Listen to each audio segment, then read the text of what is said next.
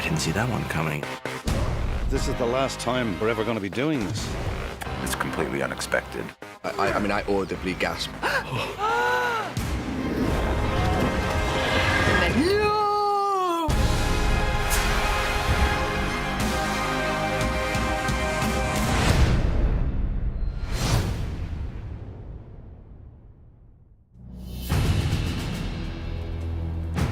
First episodes of every season are always a challenge. But for the final season, it was a lot of pressure because we had all these characters convening at Winterfell.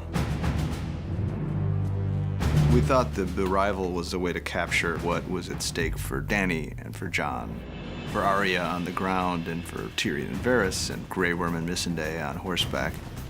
Everybody has a slightly different take on what's happening here. Background! Action! David Nutter directed half the season for us, and there's no more beloved director in the business. Usually a director on Game of Thrones will shoot for 3 days, then he has 2 days prep, and then he maybe shoots for a full week, but Nutter just had to go all out for 8 or 9 weeks of shooting. I was so happy that he was back for the final season. David Nutter really felt like part of the family.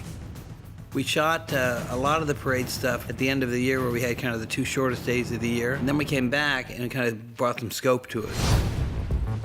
Winterstown is a settlement just outside of Winterfell, and so that road was snowed. We built the little buildings that led up the road. It was completely redressed to be the Winterfell little town.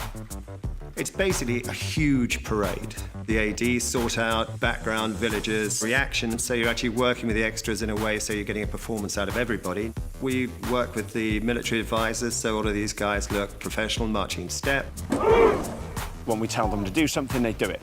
We teach them some very basic drill movements so they know how to stand. Everything's under a command, a whistle blast, so they get to learn to react in a military style, in a disciplined style. Anything that's on the page, we tend to show rather than just imply. If you're going to say you want to see thousands of Unsullied, then we have to show it. It's a significant, big scope moment. So the challenge was definitely to find ways to really make it seem like thousands are arriving. You have to have a vantage point from higher up. When I read the opening sequence and I saw this little boy running to try to see the parade and see the show and see what he's missing, I felt like that little boy, because I'd been gone for 2 seasons. So in some respects, I kind of was that little boy.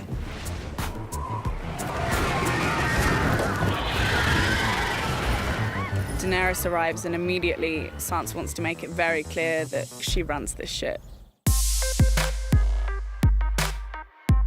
This is a tough crowd. I think Jon knows Sansa well enough now that when it comes to Dany, he knows he's going to have some difficulty. Jon is in love with her, has bent the knee, he's got googly eyes on, he's got like beer goggles on. I basically sat down with Sophie and told her, you have to remember one thing. This is your house. Queen Daenerys of House Targaryen. Thank you for inviting us into your home, Lady Stark. The North is as beautiful as your brother claimed. As are you. You're meeting the family. You want to do well. You want them to like you, goddammit. And you're met with a stony, stoic silence. It's not a comfortable homecoming, no.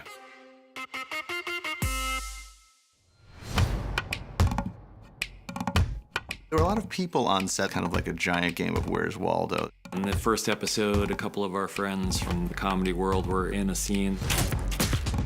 They gouged my eye out. They gouged my fucking eye out. They can put it back in, right? Right? Yeah. Benioff told me they would. When we found out that George Lucas wanted to visit, we thought maybe it was a practical joke, and then we were really excited and also nervous because it's George Lucas. Your sister doesn't like me. If it makes you feel any better, she didn't like me either when we were growing up. Yeah, Prince.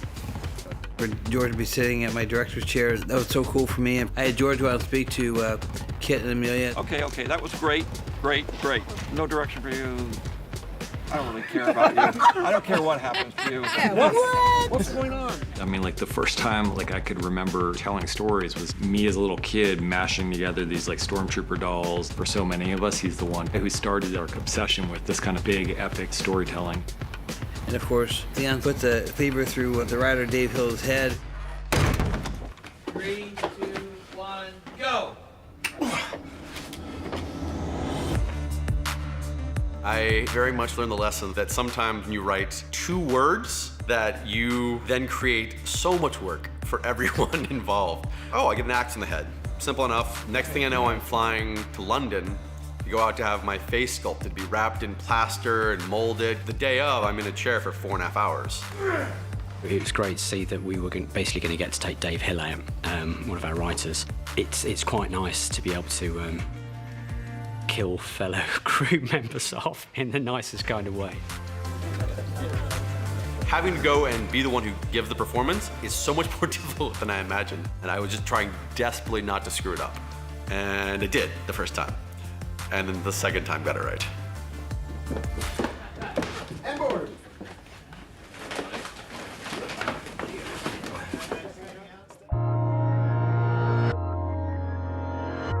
The Godswood tree is such an iconic piece of the show. To create that Godswood tree is a huge amount of effort. Every year it would have to be painted white, it would be coated in latex, a sculpted face would be applied to it. The greens team would go about adding branches to it with flocked red leaves that Kevin Fraser would paint up for us. It's a process where you take a flock, which is a fibre, and actually adhere it to the leaf on one surface. So obviously you got some quite interesting dynamics when things were lit and shot. You used to be taller. When I first got the scripts, there's like a bunch of lords and ladies talking, and I was thinking, are we ever going to get a scene together again? And then finally got to that scene, and I was just beaming. The really spooky thing was turning around and seeing her for the first time. And what I wanted to try and get was this kind of punch to the gut of literally turning around and seeing time having passed. You still have the sword? Needle. Needle. The most amazing thing happened. I just didn't have to do anything. Because you had 2 actors who hadn't worked together since season 1 to get a chance to show pure, true love. The one thing I've told the actors in season 8, the audience just want to see you breathe. To watch Kit grow as an actor on the show has been incredible, and I think the fans are going to love it, because I loved it. I hit you right in the face. I'm so sorry. Part of the fun of the episode was bringing back together all these characters. It's also the challenge of the episode because you don't want it to feel like it's, you know, just the reunion episode. Leave him be. The Hound and Gendry, we thought it would make sense for kind of the 1-2 punch of these 2 people who would serve very, very different roles in her life. Is that command, Lady Stark? Don't call me that. He still thinks that she's the same girl that he left beforehand. We've gotten better. Yeah, thanks. So have you. I think for Arya, it's remembering who she was before. I mean, you look good. Thanks. Like, I used to be that girl, and that's who I was in love with and thought I would just follow to the end of the world. The Hound Arya reunion, that's the thing we were most excited about writing. You left me to die. First I robbed you. Everyone would hope that the reunion between Arya and the Hound would be laughs and giggles, but actually it starts off as like cold, because it's kind of the defense mechanism for both characters. You're a cold little bitch, aren't you? Guess that's why you're still alive. There's also Tyrion and Sansa. There's something between Tyrion and Sansa that you can't quite put your finger on, because they're...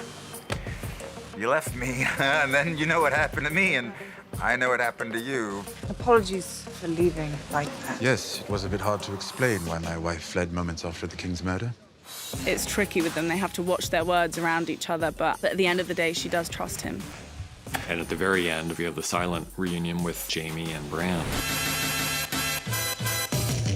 If he tells the rest of the clan the truth, I'm done. I'm dead.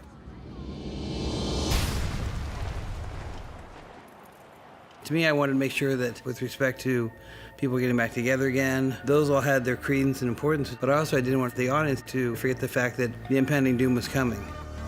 Hey, camera Mark. They're coming.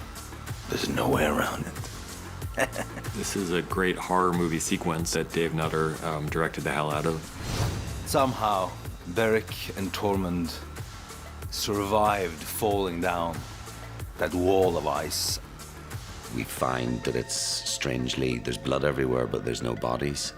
Stay back, he's got blue eyes! I've always had blue eyes! Did you find anyone? The scene in The Last Earth, we have some mandala of limbs and body parts the Night King has left behind, which form this kind of pattern. And in the middle of it, we have Nedumber, who's basically pinned to the wall on a huge stake. Obviously, we know what happens to people who are killed by the Night King and the White Walkers.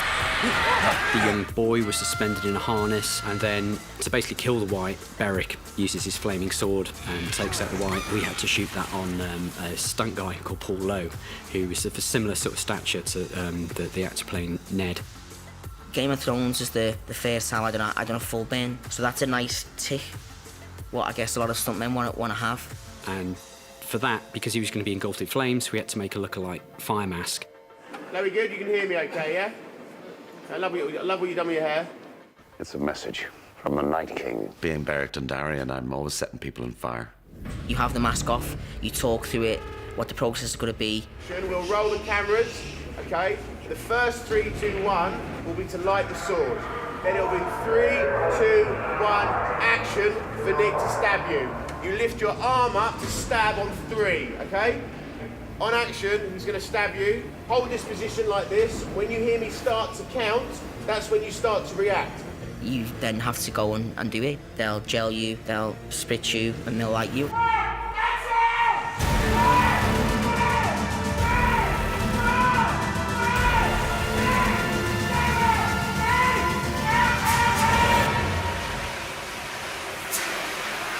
You have an idea of what it's going to be like, but when I was set on fire, you've only got these little small eye holes. All I could see were little flicks in my eyes of like a little bit of red. And the first time they done it, and it went over and they put me out. And I said, was I on fire? And he said, yeah, it was massive.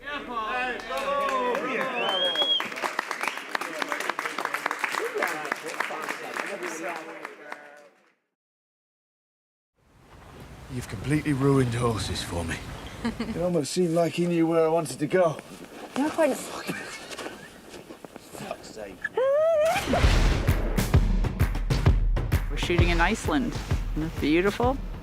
We only have about 6 hours of light, so we all come out about 3 hours before the sun rises. Grip and Electric had to lay about a 40-foot track. Our department was laying down all the bones for our nest for our dragons.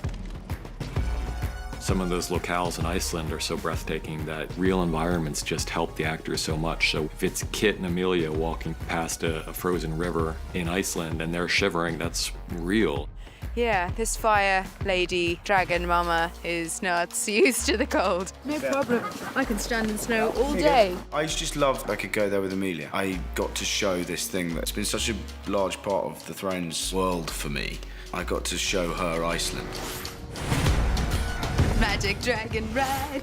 I like it. It's just felt like the magic carpet ride. We're just sort of playing Tig and the dragons.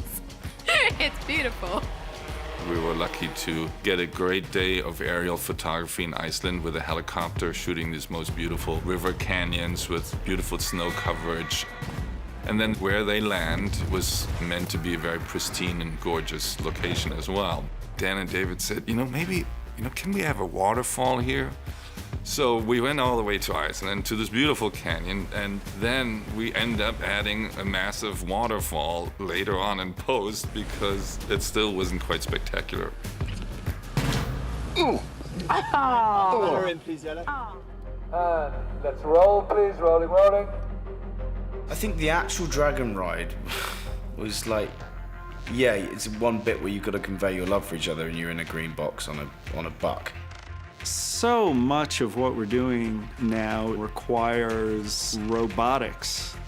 We'll start with previs, and in order to then shoot it, we'll go onto a green screen stage with a motion base, which is kind of like a mechanical bull, only in this case it's got a dragon's butt on top of it. And then the cameras are swinging around on a 3D controlled wire rig programmed to match the previs. Don't know how to ride a dragon!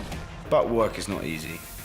I think what sums up the buck for me was there was a bit where John almost falls off the dragon, swings round really violently like this, and my right ball got trapped and I didn't have time to say stop. And I was being swung round. In my head, I thought this is how it ends. On this buck, swinging me round by my testicles, literally.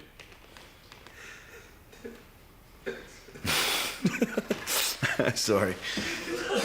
Probably too much information.